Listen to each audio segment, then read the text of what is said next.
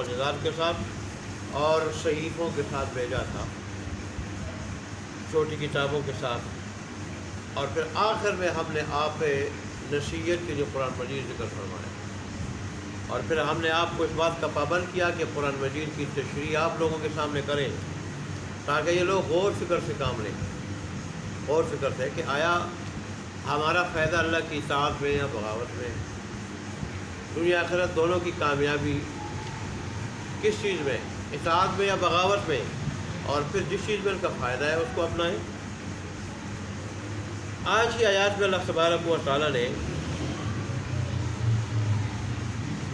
منکرین قرآن اور منکرین رسالت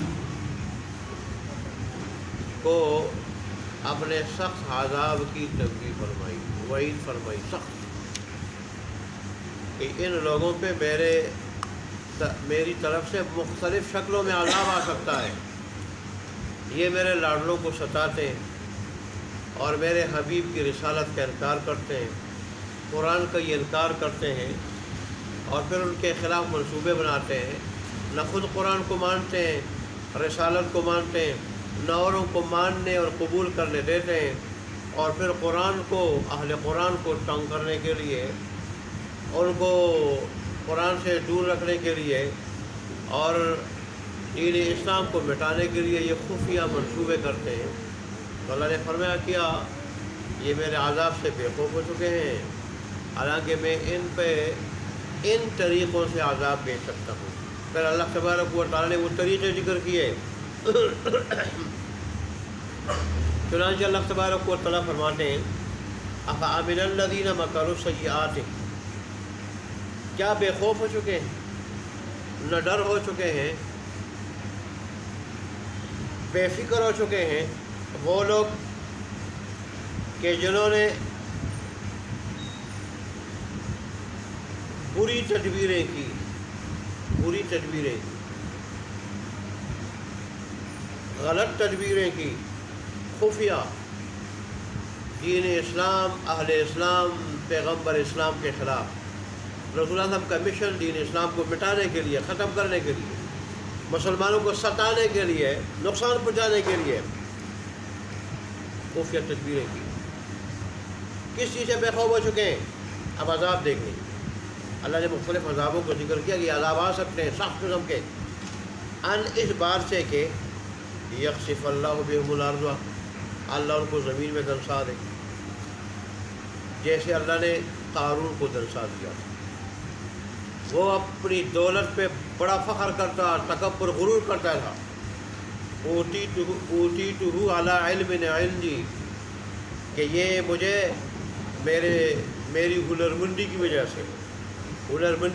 سے اور میری سمجھداری اور کمال مہارت کی وجہ سے، کمانے کی مہارت رکھنے کی وجہ سے دولت ملی ہے مجھے۔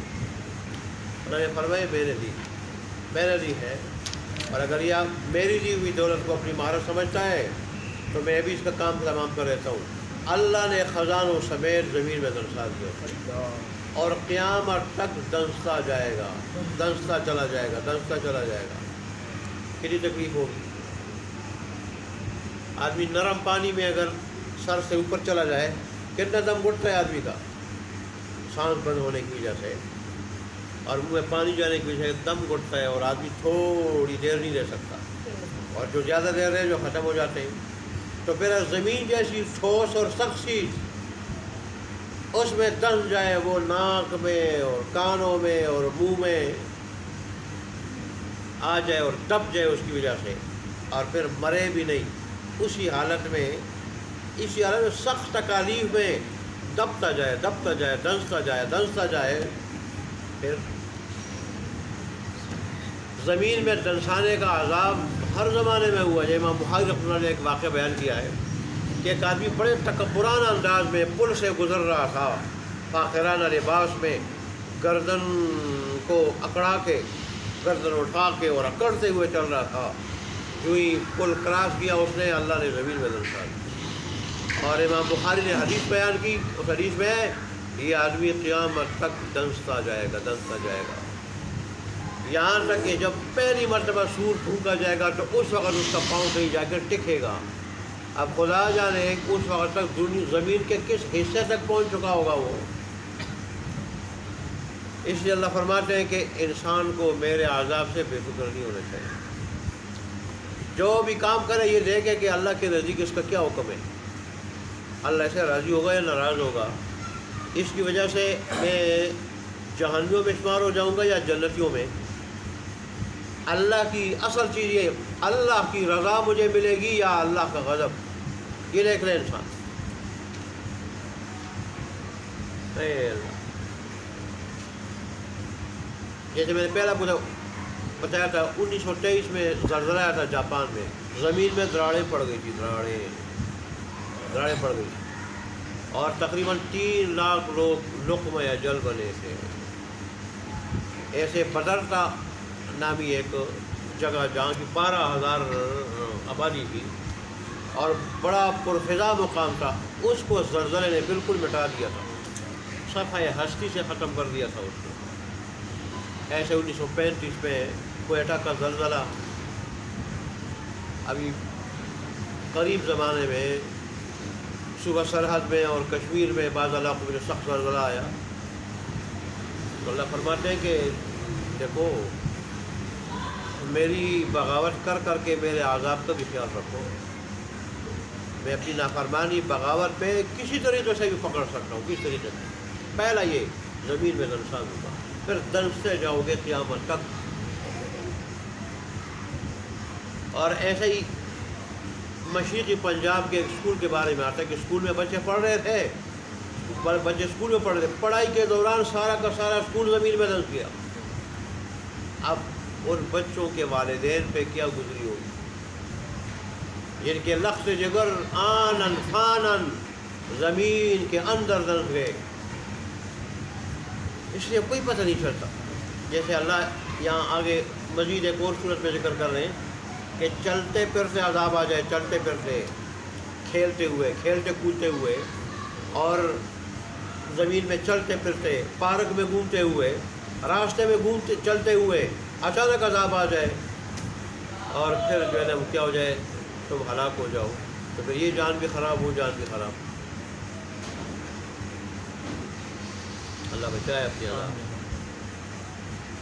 تو پہلا تو یہ کہ اللہ زمین میں دنسا دے. دوسری شکل او یأتیہم العذاب, یا اللہ تبارک و تعالی وہاں سے عذاب لے آئے, من حیث لا یشعرون, جہاں سے یہ خبر بھی نہ رکھے, جہاں سے تصور بھی نہ رکھے, وہم و گمان بھی نہ رکھے. حادثے کی شکل میں ہو, کوئی دشمن اچانک مسلط ہونے کی شکل میں ہو, جیسے اہل مکہ کے وہم و گمان میں بھی نہیں تھا کہ ہم 10,000 کا لشکر جرار لے کے جا رہے ہیں, اور جس میں ناچ گانے والی لڑکیاں بھی ہیں, اور اس میں شراب اور بڑی سطح پر اونٹ کھانے کے لیے, اور موسیقی بجاتے ہوئے بڑے فخر سے آنن فانن ایک لمحہ میں مسلمانوں کو صفحہ ہستی سے مٹانے کے لیے جا رہے تھے. وہم و گمان میں بھی نہیں تھا کہ ایک مٹھی بھر مسلمان جو بغیر سر و سامانی کے ہمیں مٹا دیں گے, ہماری کمر توڑ دیں گے.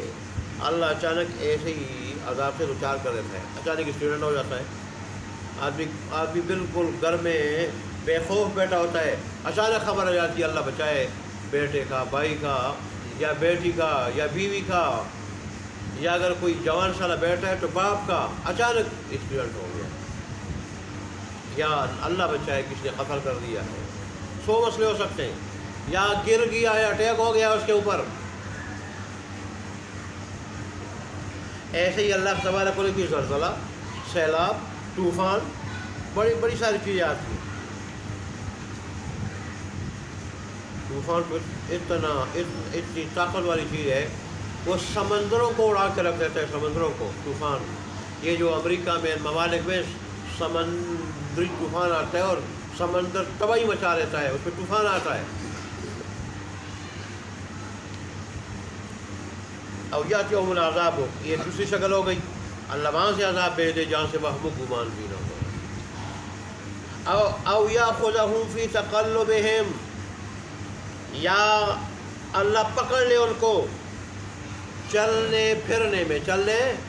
انسان بالکل ٹھیک ٹھاک ہے، چل پھر رہا ہے، اس کا وہم و گمان میں بھی نہیں ہے، جوان ہے یا بوڑھا ہے تو ٹھیک ٹھاک ہے، اور اچانک وہ کیا ہو جاتا ہے، کسی حادثے کا شکار ہو جاتا ہے، یا اچانک وہ اندر سے کوئی کام ہو رہا ہوتا ہے، گر جاتا ہے۔